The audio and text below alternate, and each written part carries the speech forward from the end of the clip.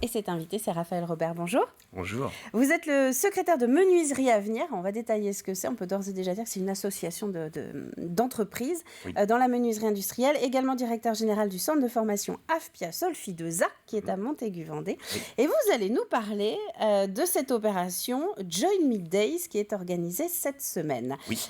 C'est une opération, en fait, le but, c'est de faire parler justement un petit peu de la menuiserie industrielle, c'est ça ? Oui, c'est l'attractivité de la filière. Et donc, pour être actif, il faut être visible. Et pour être visible, on a eu cette idée de monter un salon qui est pour la première fois sur un seul métier, on va dire. Et donc, l'objectif, c'est de faire que découvrir, que les gens puissent venir discuter de manière soft. On n'est pas vraiment sur un salon avec des box alignés les uns les autres. On a vraiment voulu se différencier.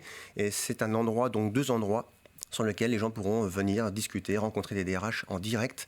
Donc ça aussi, c'est super intéressant, que ce soit à la fois pour des contrats, des CDI, des CDD, de l'intérim, des stages d'alternance et des stages tout court. Donc on va parler travail, on va parler formation sur 2 endroits, vous l'avez dit. Oui. Il y en a un en Vendée, c'est l'Herbergement, à Salle de l'Aquarelle. Et puis on va également vous retrouver sur Cholet. Pourquoi avoir besoin justement de faire parler de vous ?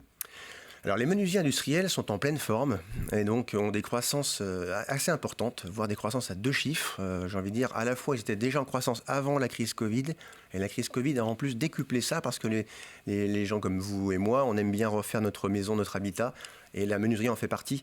Et donc il faut pouvoir recruter autant de personnes que le marché est porteur. Et mine de rien, ça représente aujourd'hui plus de 500 contrats par exemple qui sont ouverts sur ce salon. Là, il y a 500 postes à pourvoir. Tout à fait.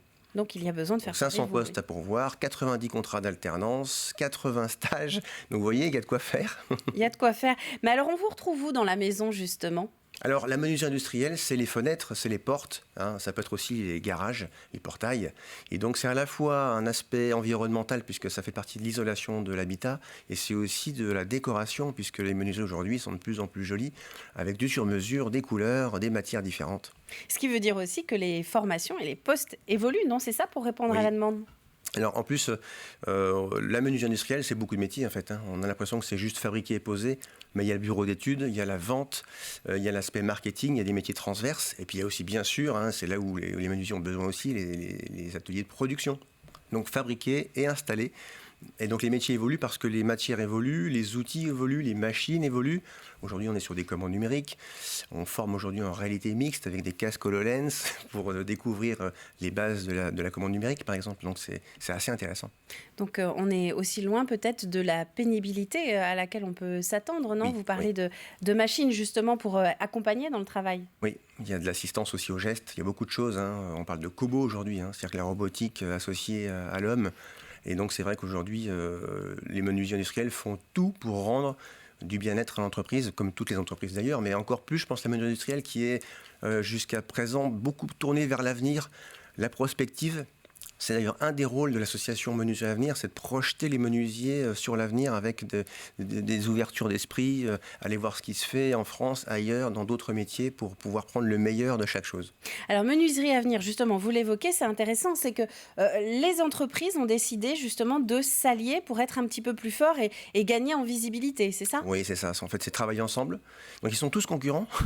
Donc le tour de force de Menuiserie Avenir, qui est piloté par Bertrand Pasquier, qui en est le délégué général, justement, le challenge qu'il a, c'est que ces menuisiers soient autour de la table, discutent des sujets qui sont importants pour eux, dont ils ont envie de travailler en collectif. Alors bien sûr, on ne touche pas à la stratégie, bien sûr, on ne touche pas au commerce, parce que ça reste des concurrents.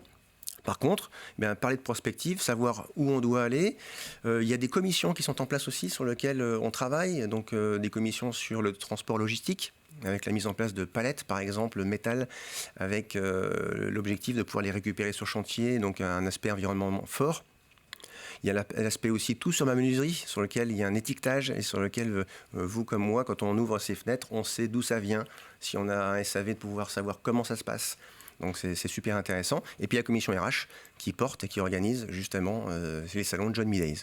Est-ce que c'est une filière qui est en danger si vous ne trouvez pas justement le renouvellement nécessaire ? Alors elle ne sera pas en danger, mais elle va perdre de la puissance. Ça serait un manque à gagner de pouvoir aller capitaliser, d'aller percuter des marchés, parce que là aujourd'hui il y a aussi la concurrence européenne qui vient sur le marché. Et donc plus on trouve des personnes pour recruter, plus on peut produire, plus on peut installer, plus on peut vendre. Et c'est ça la clé en fait. Et alors l'opération John Me Days de cette semaine, c'est aussi pour montrer que tous les profils peuvent finalement s'intéresser à vous, puisque on expliquait que vous alliez aussi parler formation. Oui, en fait, parfois, dès qu'on est sur un métier technique, on peut avoir des freins en fait à l'emploi, se dire moi j'y connais rien. J'ai jamais eu de formation dans la menuiserie, donc qu'est-ce que je ferais dans la menuiserie ? Eh bien, en fait, il faut y aller. Ça peut être une reconversion. Totalement. C'est-à-dire qu'aujourd'hui, quand il y a beaucoup de petites vidéos qui sont sur le site Menuiserie Avenir, justement, les DRH se sont tous exprimés pour dire pourquoi ils venaient au salon de John Me Days et qu'est-ce qu'ils recherchaient. Tous disent, mais venez.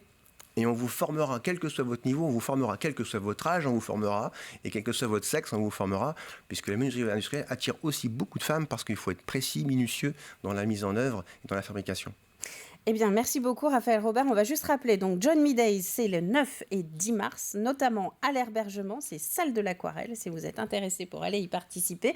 L'autre point de chute, c'est du côté de Cholet, donc ça plutôt pour les gens qui nous écoutent du côté des Herbiers et du nord-ouest vendéen. 9 et 10 mars, on vient avec le CV à la main ?